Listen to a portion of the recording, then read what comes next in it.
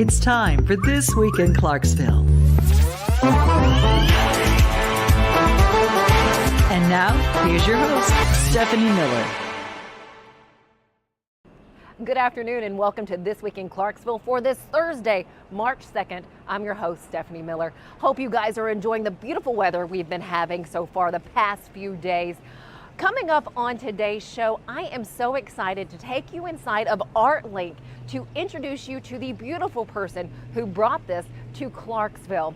Not only that, she shares with us their mission, what they hope people get out of it, and more information about their upcoming festival happening in October and how you can register to be a part of it now. After that, we learn about another project. This is Project Yesu. This is an international project that has raised so much money in the past decade. They have an upcoming Go Green run happening on March 18th. We have all of that information for you coming up. And then we round out today's show with visiting another interview that we had on here a few months ago. It is with Kevin Kennedy, the podcast creator of Clarksville Vibe. I cannot wait to share with you that sit down once again. But first, let's check in with reporter Sherry Reeves to see what's making the wrap in this week's edition of Main Street Clarksville. This is the wrap for the March 2nd edition of Main Street Clarksville. Clarksville's F&M Bank Arena has been granted its certificate of occupancy that allows employees to move into the building and begin operations. The venue's primary tenant is Austin Peay State University, whose men's and women's basketball teams will call the facility home.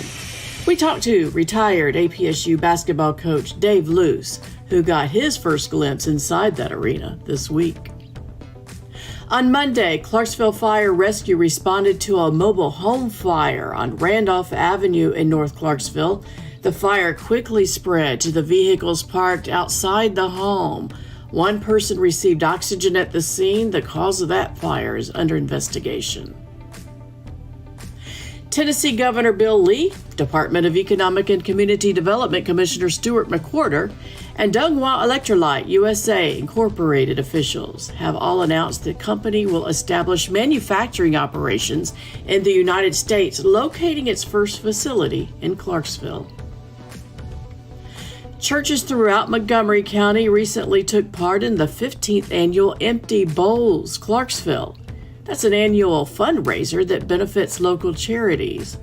This year's event took place at 8 churches over a period of 7 days, benefiting both Loaves and Fishes and also Urban Ministries.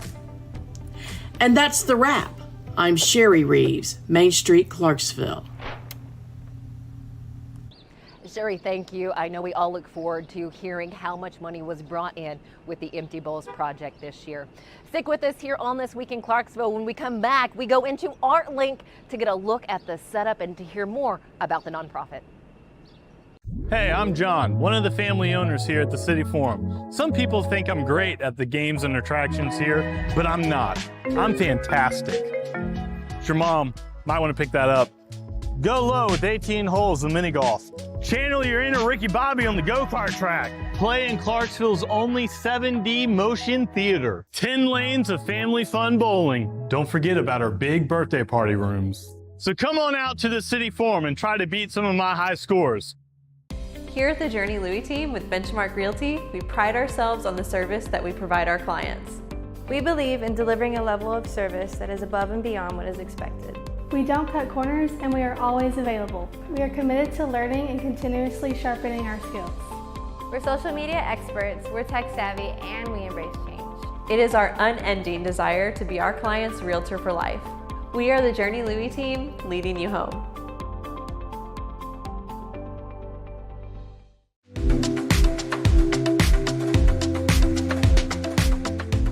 Welcome back. For those of you who love art or would just like to dabble a little and get away and forget everything else, there is a spot in Clarksville, Tennessee where you can go. For those of us in Clarksville, you probably already know it, but for other people, this is a spot to visit. I have Maria Haycraft with us. She is the owner and starter of the nonprofit ArtLink here in Clarksville. First off, Maria, wow, just on all that you do, and thank you for giving me your time. Of course. Thanks for having me. You are so welcome. So first, share what ArtLink is all about.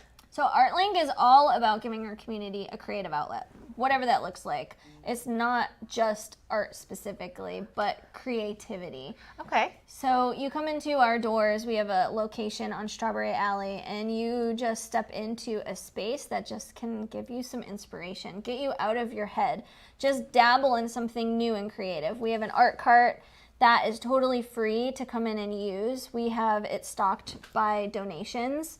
So anytime you come in, you can just pick some supplies up, sit down, and just start creating, whatever that looks like for you. Then downstairs, we have another area that we call our eco bins, eco art bins, and those are also donated supplies. They're more like recycled materials that you might want to throw away, but we're going to salvage them and see what we can turn them into, because I love repurposing, and so does our community. So It's not easy to create something like this. So why'd you do it? Why here? Well, I mean, I know what you were trying to give others, but why did you specifically, what kind of triggered this? So the main trigger point was like a couple years ago when I was going through just a really low patch just in life in general. I was living in Gainesville, Florida, and it was the lowest of the low. And in that town, there was this legal graffiti wall, which I think is the coolest thing. And some of my friends were always painting on this wall. Well, a few times my friends were like, come stencil this wall. And I was like, what's stenciling? I had no idea. I wasn't really into art at the time. And I went and I was like, okay, let's just do this. So I go stencil this wall, and I was just like enamored and in love with this whole process. And I found myself on this legal graffiti wall for hours. I just never wanted to leave. And what I realized was happening now was God was healing my heart in the moment. He was giving me that creative outlet so I could do that. And I think is the craziest part about it is just the fact that he gave me stenciling. Out of all the art forms, stenciling. And I love it, but if you know what stenciling is cutting away pieces of a design to reveal the full image underneath. And that's what he was doing to my heart. That's what he was doing to my soul on that wall. He was cutting away lies that I was believing myself that didn't belong. He was cutting away things that I just believed were true that were not true. He was healing me one piece at a time to reveal the image that he wanted to reveal in my life. He wanted to reveal himself in my life, and this was how he did it. And now that I'm past all that, I can see all of that clearly, and now I can create this legal graffiti wall, and my version of it is this studio, so people could come here and find healing in a creative way like I did. I know I'm not the only one that needs this, so I want to be here to offer it. We are grateful that you chose Clarksville to do that. There's also something else that Maria and them are working really hard on right now, and this is pushing ahead to October. I know we're several months away, but you know when you're working on a big project, it takes all the time in the world. So what are we looking forward to in the month of October? So we are looking forward to Artsville, which is our annual art festival. It used to be called the Chalk Walk years ago, and we've transitioned it into Artsville Fest now, so that way it's not just chalk, it's all forms and facets of art. And this year we're doing something totally different and having a week-long experience, kicking it off with a big fashion and art show, moving into a virtual art experience, incorporating our local art walk that we have monthly anyways. It falls on the dates, so we are enhancing art walk to an art gala and then the full festival. So it's pretty exciting. That is very exciting and going to be so cool. If someone would like to be a part of this, if they want to submit their art to be a part of it, how do they do that? Okay, so right now all applications for everything are open. We just launched the website. So I'm really glad we're talking about this now because it gives people the opportunity to get ready. Yes. So if you are a designer and you create wearable fashions and you want to be in the fashion show, you can go to artsvillefest.com and click on events, click fashion show, and submit your stuff. You can also be a performer for the fashion show, and you can perform music or dance or comedy, whatever. If you perform anything like that, you can be a part of that. And then if you're an artist and you create two-dimensional work, you can submit your work on the art gala as well. Or if you're a vendor and you want to be a part of the festival and actually sell your stuff during the festival, you can do that too. Or if you want to be a featured artist and create live, like our three-dimensional chalk artists or muralists that are creating live during the festival. You can also apply for those spots. And they're all on artsvillefest.com right now.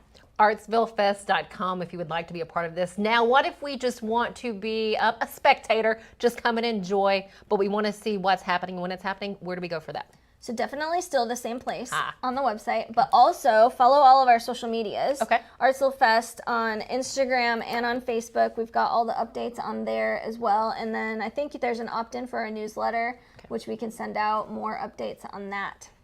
So much to look forward to in October from ArtLink. Again, if you would like to check out ArtLink for yourself, whether you're here in Clarksville, Montgomery County, or you're traveling in, all you have to do is come down to Strawberry Alley. They're right there and you can't miss the shop. What is that address? I don't have that on the top of my head. We are 116 Strawberry Alley. 116 Strawberry Alley. Maria, thank you so much. Thank you for bringing this to us. Yes, thanks for putting the word out there. You are welcome. Stick with us. We have more coming up after this.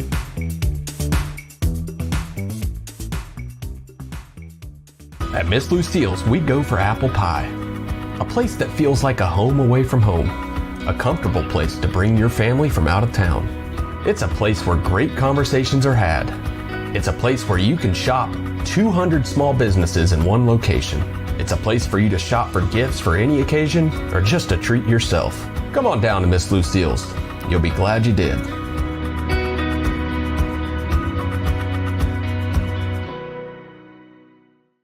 As a busy mom juggling family, errands, and everything life throws at me, I try my best to be environmentally conscious. So of course, I buy flushable wipes thinking I'm doing the right thing. But it turns out flushable wipes aren't actually flushable. I found out the hard way when flushable wipes caused a clog and flooded my house with sewage. It ended up costing me thousands of dollars in damage and a big headache with the insurance company. It's safe to say our family will never flush a flushable wipe again, and instead put them where they belong, in the trash.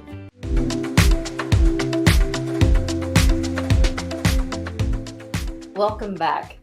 If you have a thought and you really want to pursue it, you put your mind to it, you can really accomplish anything. And I have definitely learned this by learning more about Project Yesu. To tell us more about that, I have the mother of the young woman who started this back a few years ago. We have Rory Fundora with us. Rory, first off, thank you so much for joining us. Thank you so much. I appreciate it. It's nice to have you. Now, your daughter, Mallory, she started this at age 11. Yes. Tell us kind of what she started and then a little bit more about Project Yesu. Sure. So she was 11 years old, met a group of kids from Uganda, was captivated by them.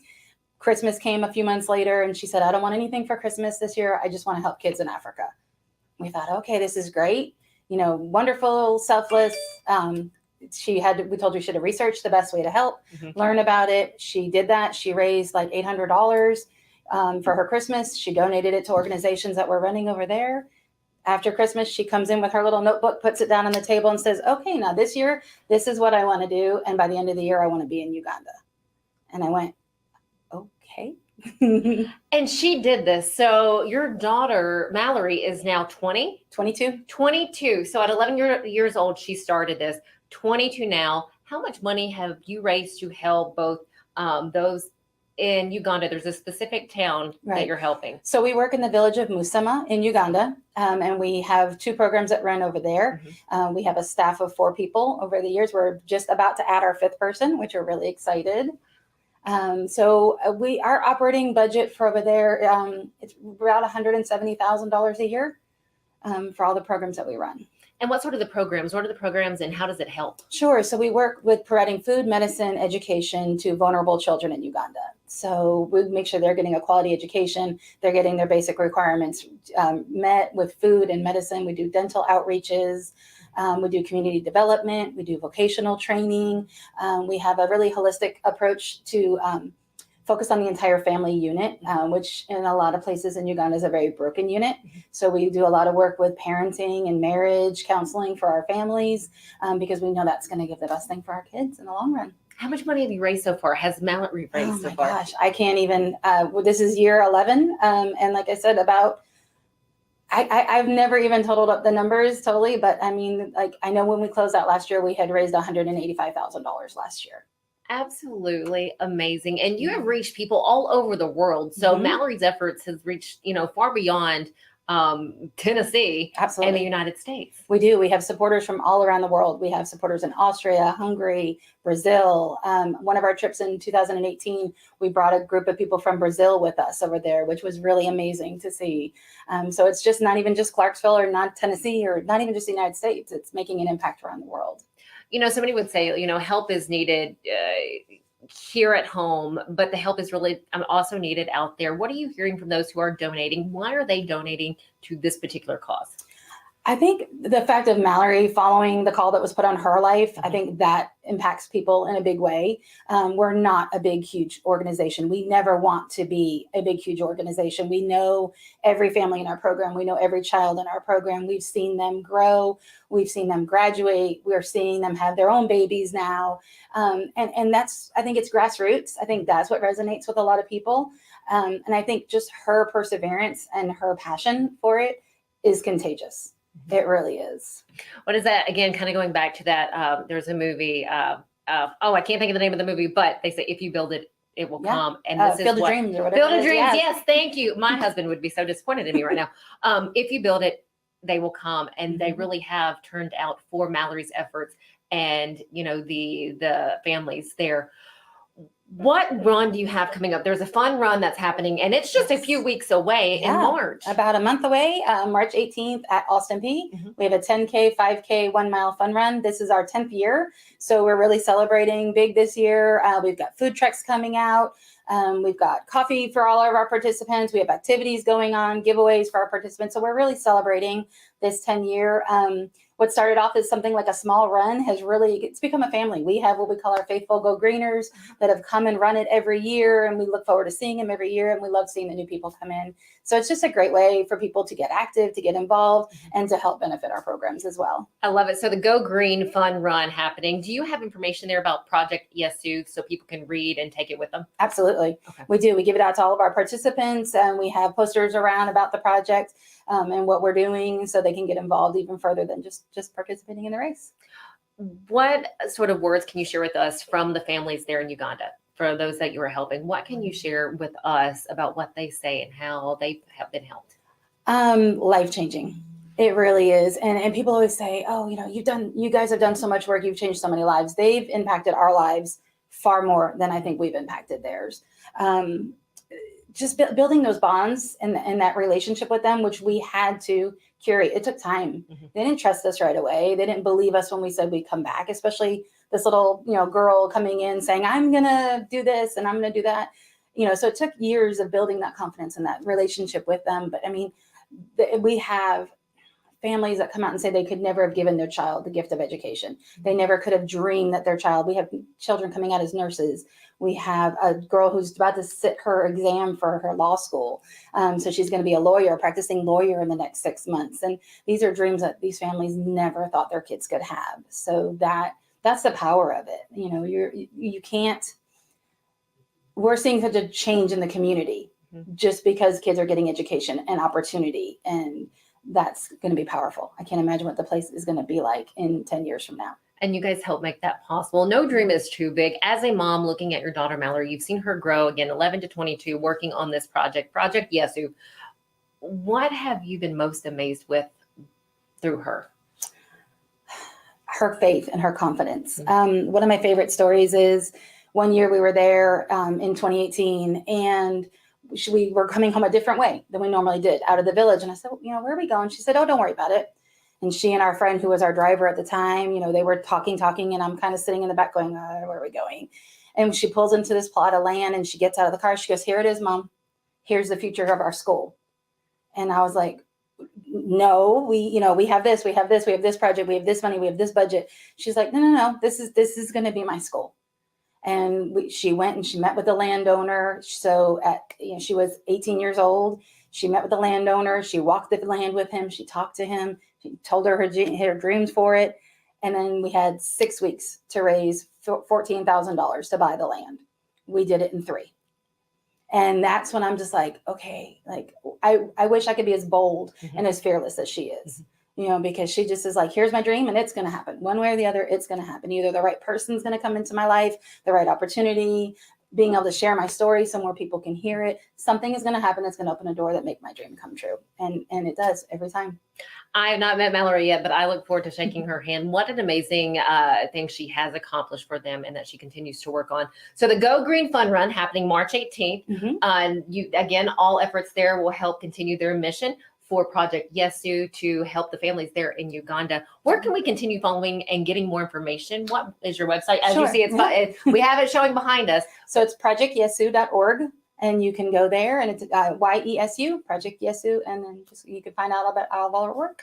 Is the fun run information there as well? Yes, it's under our events. Fantastic. Is there anything that I haven't asked you want to share with us? No, just thank you for the opportunity to share and to be able to have more people know what's going on, what we're doing. It's great. Thank you so much. Can't wait for that run and to have you back to continue sharing with us what's happening over there. That'd be wonderful. Wonderful. Rory, thank you so much. Stay with us here. We have a lot more coming back.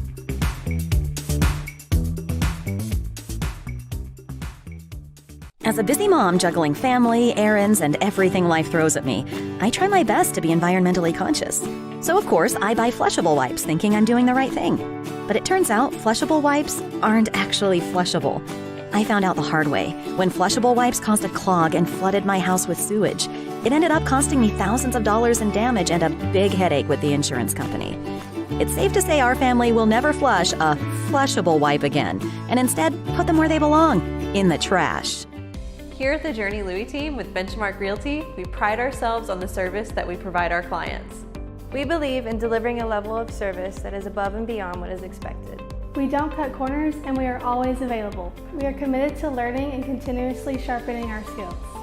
We're social media experts, we're tech savvy, and we embrace change. It is our unending desire to be our client's realtor for life. We are the Journey Louis team, leading you home.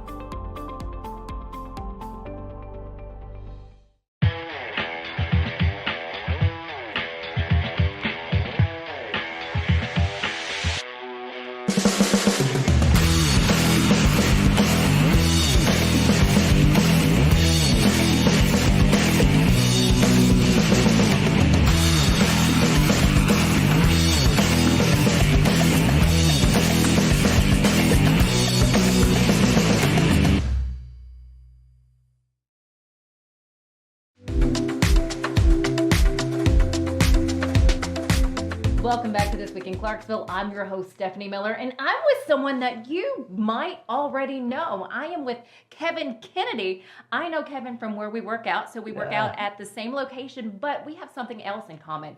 We love to meet people and share stories and information. Absolutely. Kevin, thank you so much for being with me. She's the biggest bright ball of energy at 5 a.m.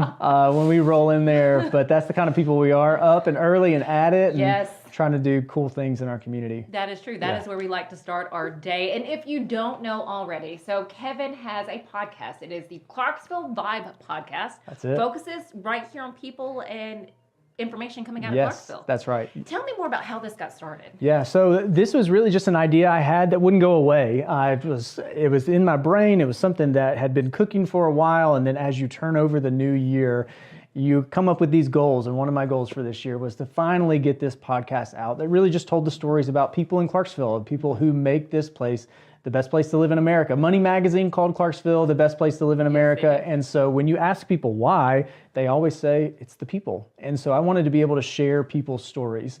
And so we've had great success so far. And really it's just allowing people who are creating positive energy, positive stories here to tell us about themselves, their history, their journey, their success and their failures. We're about 20 episodes in. It's just been phenomenal. It has been. You know, and I said you would probably know him from the podcast, and you might not actually. You might know him as your dentist because Kevin is a dentist. He is at Spring Creek Pediatric Dentistry. That's right. Yes. Talk about two jobs that are really take a lot of time. Yeah. So one is a job and one's a hobby. Let's just throw it out there. Yeah. So my job as a pediatric dentist, I get to see a lot of Clarksville's children, which is fantastic because I get to meet a lot of Clarksville families, both natives who, let's say, I went to school with or I went to college with. I'm a 5th generation Clarksvillian. So I've been here forever, grew up on a horse farm that's been in my family forever. My dad, I'm a 3rd generation small business owner. My dad's been an attorney here forever. And so I get to see people and their kids or their grandkids that I've known my entire life.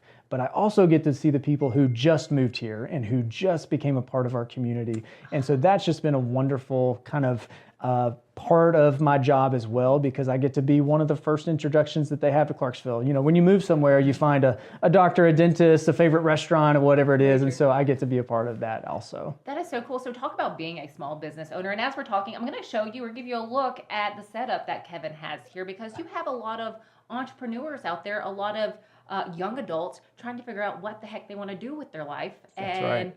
I don't know, how did you get started first off in dentistry, and then we'll move over to the show again? Sure. So dentistry, I had some great mentors locally here in town. You know, I grew up here, went to high school here, went to college here, and so I had a chance to talk to a lot of the dental professionals as I was researching what type of career that I wanted to be. I did not want to be a lawyer. So, you know, my dad's got that. He carries it for both of us, and did not want to follow in his footsteps in that way. But dentistry just seemed to be a passion. You fix things with your hands. I'm a science nerd, so it just kind of seemed to go right in track with that. And then as far as the show, you know, I feel like, especially for people who are trying to find their way, honestly, this just came about with some YouTube research. Just get on there, and I kind of knew that I had the ability to talk to people and bring out their stories. I'm a podcast consumer, so I take things that I learn, and then I just tried to implement it. And so we tried to YouTube, like, what kind of equipment do we need? Where do we get this stuff? How do we make it sound and look great? How can we add value to where the quality is really at a high level, so it brings people in, and it makes the stories of the people who make Clarksville great, it makes it professional, and it makes it for where people want to consume that content. 100%. So as we're talking right here, right now, so you're seeing his setup, you're seeing the cameras that he has, the lighting. Was this trial and error as you were getting the information from your research? Yeah, I would say yes and no. Okay. So I've got to give all the credit to my team. Madison Rowland has just done a phenomenal job. She is she's grown up in Clarksville, graduated from Rossview High School, went and did college at Union University, and came back with just a really can-do attitude. And so I gave her this and said, "Here's my dream, and I don't know much more else. Can you make this happen?" And she's just knocked it out of the park. So she's probably had a lot more of the frustration and the trial and the error and then overcoming it. But she's been phenomenal. So I'm gonna give her the credit on that. She is here in this room as we're doing this interview, and she's kind of smiling over there. The best piece of advice that you can offer to either a parent out there who has a child who's wanting to start something like this, or to maybe a young student watching or catching this saying, "That sounds pretty cool to me." Yeah. Best piece of advice, don't be afraid of failure. I mean, you will stub your toe on all kinds of mistakes. And I think when we try new things, you know, whether it was me starting my dental practice or my tongue tie center or this podcast, there's always that fear of, is anyone going to care? Am I going to make a fool out of myself? What are people going to think about me? And when you can kind of internalize this, how do I get past that moment and make myself a little vulnerable, but reach out to people to support you, really find a great team. That's really the key to creating something special. And if you can kind of get past that natural fear, that fear of failure, then you're on the road to success. As a busy mom juggling family, errands, and everything life throws at me, I try my best to be environmentally conscious. So of course, I buy flushable wipes thinking I'm doing the right thing. But it turns out flushable wipes aren't actually flushable. I found out the hard way. When flushable wipes caused a clog and flooded my house with sewage, it ended up costing me thousands of dollars in damage and a big headache with the insurance company. It's safe to say our family will never flush a flushable wipe again, and instead put them where they belong, in the trash. Here at the Journey Louis team with Benchmark Realty, we pride ourselves on the service that we provide our clients. We believe in delivering a level of service that is above and beyond what is expected. We don't cut corners, and we are always available. We are committed to learning and continuously sharpening our skills. We're social media experts, we're tech savvy, and we embrace change. It is our unending desire to be our client's realtor for life. We are the Journey Louis team, leading you home. Thanks so much for watching This Week in Clarksville this week. We appreciate you. Have a blessed Thursday and a fun and safe weekend.